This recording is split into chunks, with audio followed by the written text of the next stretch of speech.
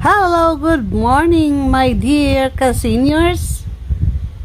Well, this morning, meron na naman akong gustong i-share sa inyo na topic.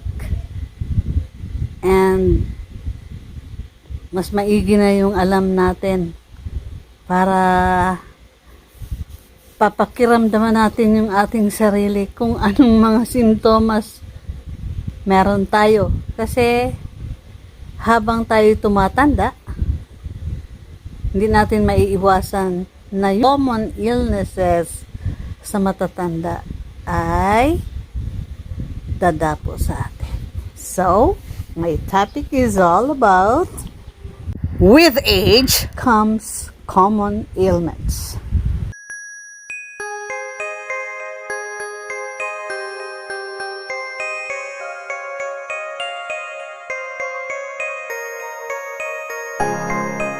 Aging is an inevitable part of life. With time, you mature as a person, fulfill many of your dreams, start your own family, and start to appreciate life. But it also takes away something, your youth. With age, your metabolism tends to slow down and your immunity also gets weaker, which makes you more susceptible to various critical illnesses.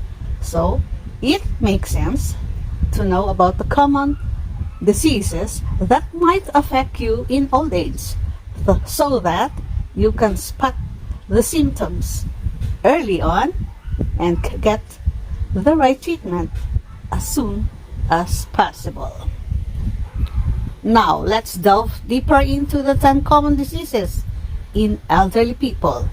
Number 1 is chronic obstructive pulmonary disease or COPD.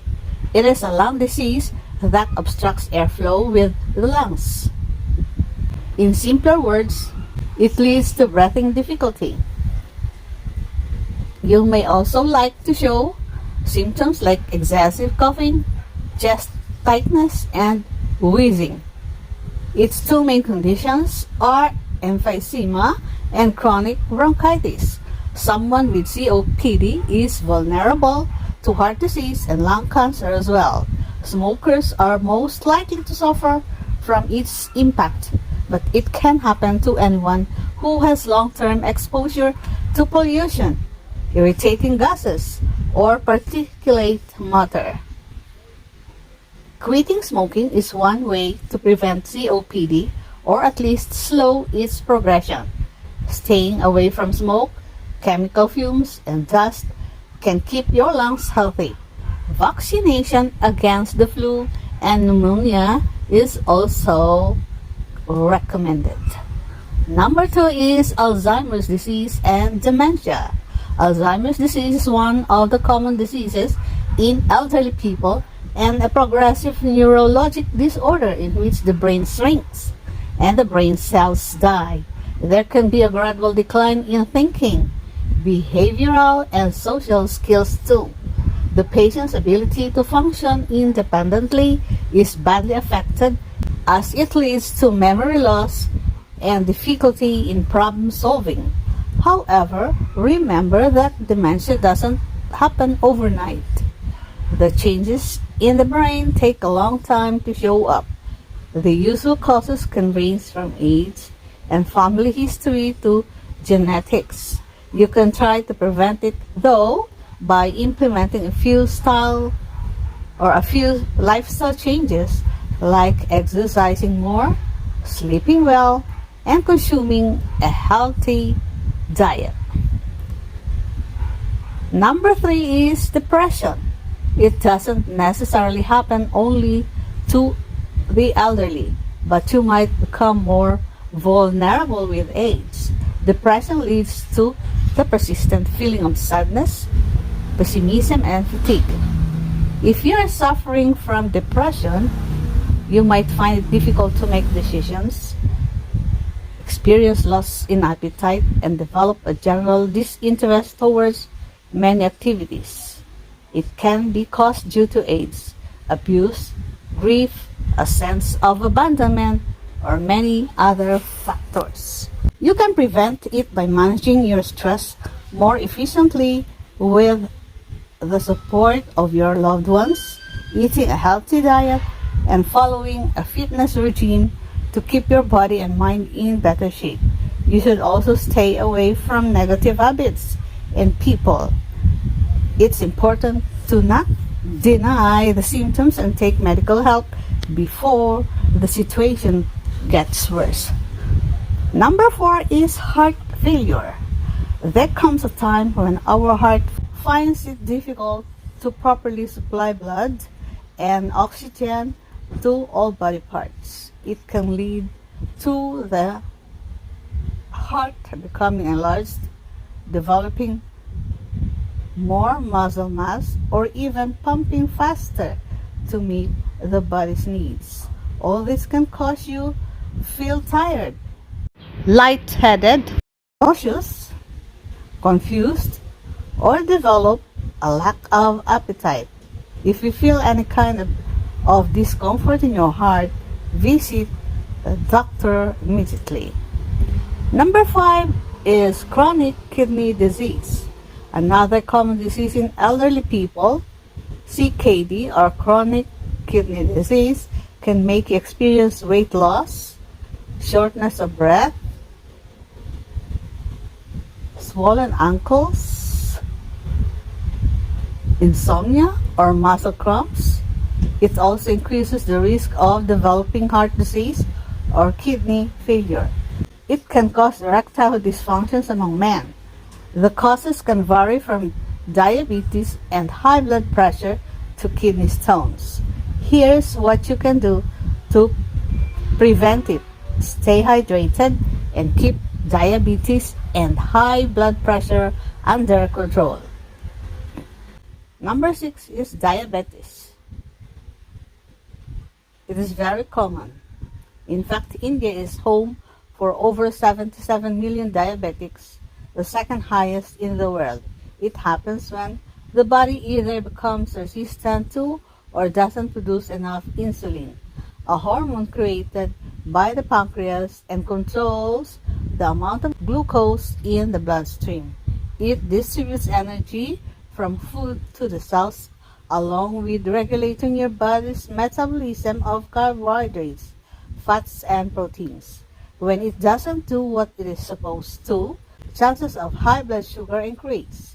This can escalate to kidney disease, heart disease, or blindness. To keep this disease at bay, you need to eat healthy, work out regularly, and lose weight if needed. Number 7 is ischemic heart disease or coronary heart disease. When the buildup of plaque narrows or blocks the arteries leading to the heart, it decreases the amount of oxygen-rich blood going to the heart. This causes complications like blood clots, angina, or even a heart attack. To stay away from this ailment, quit eating junk food and smoking, reduce sugar and salt intake, get good sleep every night, keep your stress levels in check, and do cardio exercises. Number 8 is arthritis. Counted among the common diseases in elderly people, arthritis is an inflammation of your joints. It can cause severe pains and stiffness. Its symptoms usually develop over a period. Women are more likely to suffer from it. The best way to prevent this is by exercising at least 5 times a week. Weight loss can relieve the pressure on your knees. When sitting, provide support to your back and arms. Number 9, high cholesterol. If your body has excess of bad fats or lipids, it can cause the arteries to get clogged. It can result in heart disease.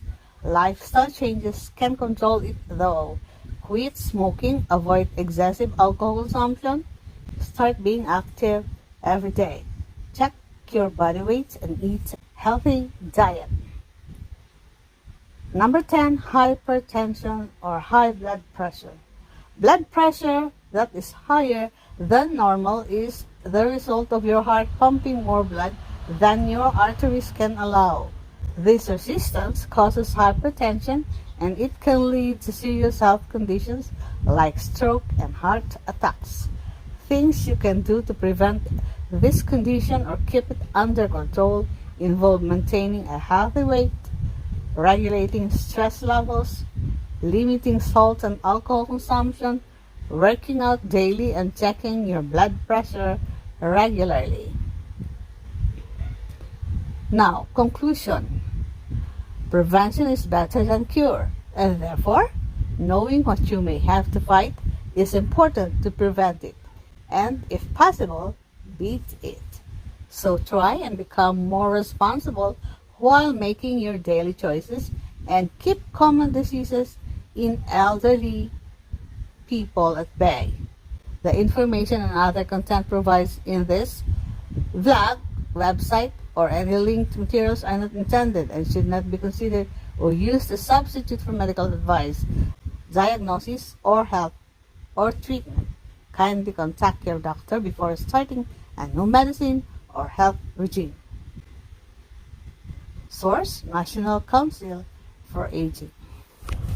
Okay, ladies and gentlemen, my ka-seniors, sana may natutunan naman tayo dito sa aking na-research. Gusto ko lang na makashare sa inyo ng mga informations para naman sa dating dagdag kaalaman. Thank you so much for listening or watching till my next video. God bless and keep smiling. Bye-bye.